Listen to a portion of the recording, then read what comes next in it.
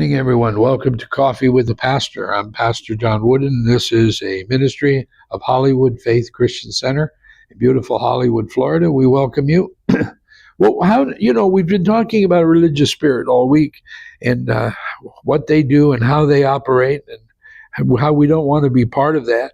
But how do we avoid the trap of judgmentalism and being religious?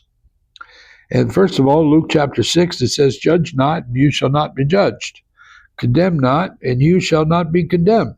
Forgive, and you will be forgiven. Give, and it will be given to you. Good measure, pressed down, shaken together, and running over will be put into your bosom. For with the same measure that you use, it will be measured back to you."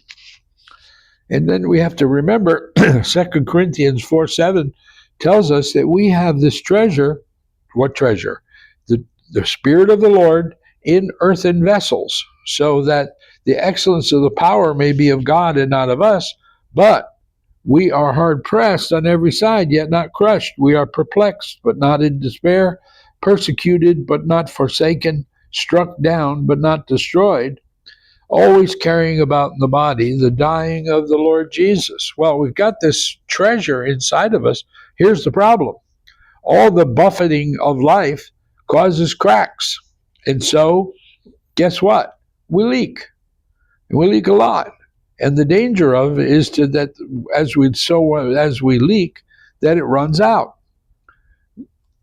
And in Philippians chapter 2, it says, "Let nothing be done through selfish ambition or conceit, but in lowliness of mind, let each one esteem each other's better than himself.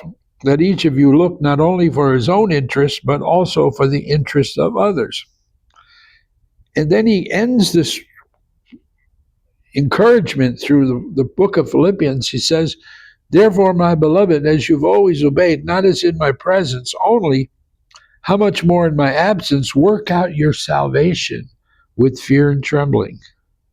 Work out your salvation with fear and trembling. In other words, you got enough on your own plate. Don't worry about Janie Doe or Jimmy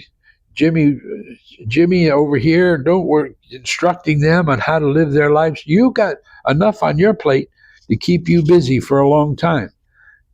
And then we want to be filled with the Spirit.